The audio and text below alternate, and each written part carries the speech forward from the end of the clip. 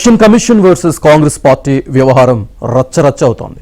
ప్రభుత్వం చేతిలో ఈసీ కీలుబొమ్మగా మారిందని, ఓట్లలో మోసాలకు తెగబడి ప్రధానిగా మోదీ ఎన్నికయ్యారంటూ రాహుల్ సంచలన వ్యాఖ్యలు చేశారు.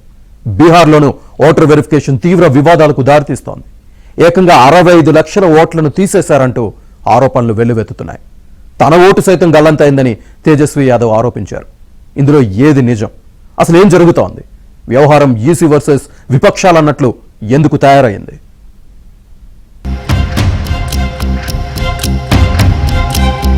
గత లోక్సభ ఎన్నికల్లో ముమ్మాటికి రిగ్గింగ్ జరిగిందని, అందుకే ప్రధాని పీఠంపై మోదీ కూర్చోగలిగారంటూ సంచలన ఆరోపణలు చేశారు కాంగ్రెస్ అగ్రనేత రాహుల్ గాంధీ.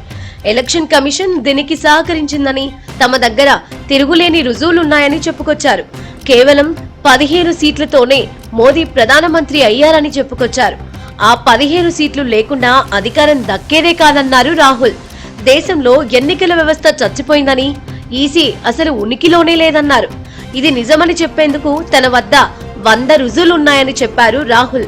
ఈ ఆధారాలు సాధించేందుకు 6 నెలల పాటు పనిచేశామని తెలిపారు. కొన్ని రాష్ట్రాల్లో తమకు ఒక్క సీటు కూడా రాకపోవడం, ఒకే పార్టీ అనేక సీట్లు గెలుచుకోవడం వెనుక పెద్ద మతలబే ఉందన్నారు. ఓ సెగ్మెంట్ లో 6.5 లక్షల మంది ఓటర్లు ఓటు వేశారని, అందులో 1.5 లక్షల మంది నకిలీవారని అన్నారు. ఈసీ తమకు ఓటర్ లిస్టు ఇవ్వడం లేదని, అయినా తాము సేకరించామని, రాబోయే రోజుల్లో ఇవన్నీ బయటకు తీస్తానన్నారు. The Prime Minister of India is the Prime Minister of India with a very slim majority.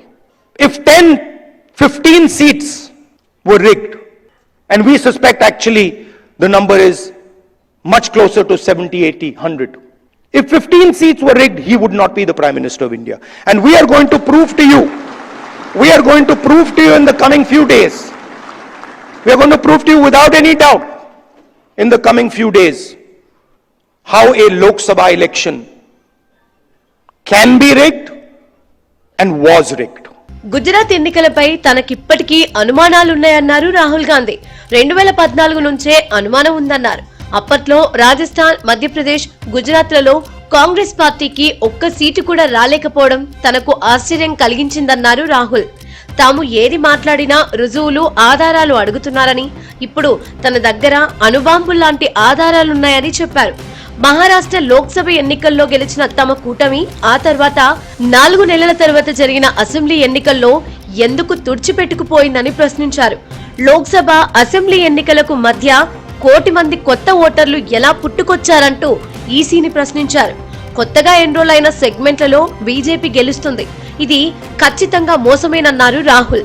అటు కాంగ్రెస్ సీనియర్ నేత మల్లికార్జున ఖర్గే సైతం ప్రధాని మోదీ ఈసీని దుర్వినియోగం చేస్తున్నారని ఆరోపించారు. తప్పు చేసిన ఎలక్షన్ కమిషన్ అధికారులను విడిచిపెట్టబోనన్నారు రాహుల్. బీహార్లో ఓటర్ల జాబితాపై చేస్తున్న స్పెషల్ ఇంటెన్సివ్ రివిజన్ తో ఈసీ అధికార దుర్వినియోగానికి పాల్పడుతోందని ఆరోపించారు కేంద్ర మాజీ మంత్రి, కాంగ్రెస్ సీనియర్ నేత చిదంబరం. రాష్ట్రాల ఎన్నికల స్వరూపాన్ని మార్చేందుకు ఈసీ ప్రయత్నిస్తోందని విమర్శించారు. దీన్ని రాజకీయంగా, చట్టబద్ధంగా ఎదుర్కోవాలని పిలుపునిచ్చారు. బీహార్లో 65 లక్షల మంది ఓటర్లు తమ ఓటు హక్కును కోల్పోయే ప్రమాదం ఉందని చెప్పుకొచ్చారు చిదంబరం. ఎలక్షన్ కమిషన్ మీద నాకు రుజువు ఉన్నది అని రాహుల్ గాంధీ అంటున్నాడు. అది నిజమో లేదో ఆయన చూపెట్టాలి. ఆయన సరైన రుజువు చూపెట్టకపోతే ఎలక్షన్ కమిషన్ ఇంకా బలంగా ముందుకు వెళ్ళిపోతారు. సో ఇప్పుడు తప్పకుండా బాధ్యత రాహుల్ గాంధీ మీద. ఆయన యాటమ్ బాంబు లాంటి రుజువులు ఉన్నాయన్నాడు, అది ముందలు తీసుకురావాలి. అన్నిటికంటే ముఖ్యం ఏంటంటే ఈ విషయంలో ఎలక్షన్ కమిషన్ చేసేది ఒకటే పొరపాటు. బీహార్ ఎలక్షన్ నవంబర్లో ఉన్నది, జనవరి, ఫిబ్రవరి ఈ సంవత్సరంలో స్టార్ట్ చేస్తే ఎవరు దీనికి తప్పు పట్టడానికి వీలు లేదు. ఆలస్యంగా జూన్లో స్టార్ట్ చేశారు కాబట్టి ఒక మంచి పాలసీ, ఓటర్లు కరెక్టా కాదో చూసేది ఎలక్షన్ కమిషన్ పాస్ చేసేది. ఇప్పుడు ఎలక్షన్ కమిషన్ మీద చాలా బాధ్యత ఉన్నది. వాళ్ళు ఇలాంటి తప్పుడు పనులు చేసి ఆలస్యంగా స్టార్ట్ చేసినందుకు ఇది వాళ్ళ సిస్టమ్ అనే చెడ్డ పేరు తీసుకొస్తారు. కాబట్టి ఎలక్షన్ కమిషన్ ఆలోచించుకోవాలి. అయితే కాంగ్రెస్ పార్టీ ఆరోపణలను కొట్టిపారేసింది ఎలక్షన్ కమిషన్. తమిళనాడుకు చెందిన ఓ వ్యక్తి ఢిల్లీలో నివసిస్తున్నట్లయితే ఢిల్లీలో ఓటర్గా నమోదు చేసుకోవడానికి అర్హుడని పేర్కొంది. అలాగే బీహార్కు చెందిన వ్యక్తి చెన్నైలో ఉంటే అదే విధానం వర్తిస్తుందని తెలిపింది. ఓటర్ల జాబితా సవరణకు సంబంధించి నేతలు తప్పుడు సమాచారాన్ని వ్యాప్తి చేయడం మానుకోవాలని ఈసీ హితవు పలికింది. బీహార్లో ఓటర్ వెరిఫికేషన్ మొదలుపెట్టక ముందు 7.9 కోట్ల ఓట్లుండగా ఈసీ విడుదల చేసిన ముసాయిదాలో 7.24 కోట్ల ఓట్లే ఉన్నాయని తేలింది. 65 లక్షల ఓటర్లను లిస్టులో చేర్చలేదు. 22.34 లక్షల మంది ఓటర్లు చనిపోవడంతో వారి పేర్లను తీసేశారు. 36.28 లక్షల మంది ఇతర ప్రాంతాలకు వలస వెళ్లిపోయారు. పాట్నాలో అత్యధికంగా 3.95 లక్షలు, మధుబనిలో 3.52 లక్షలు, ఈస్ట్ చంపారన్లో 3.16 లక్షలు, గోపాల్గంజ్ లో 3.10 లక్షల ఓటర్లు సరైన డాక్యుమెంట్లను అందించకపోవడంతో వారి పేర్లను ముసాయిదా జాబితాలో చేర్చలేదని ఎన్నికల కమిషన్ తెలిపింది. 7.01 లక్షల మందికి డబుల్ ఓట్లుండటంతో ఒక ఓటును తొలగించారు.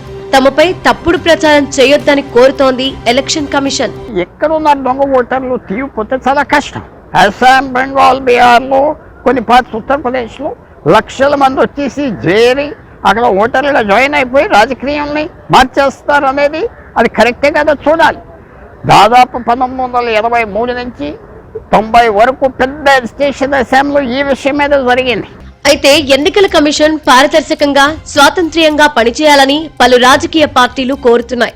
దాదాపు అన్ని రాష్ట్రాల్లోనూ విపక్షాలు ఎలక్షన్ కమిషన్ పనితీరుపై విమర్శనాస్త్రాలు సంధిస్తున్నాయి.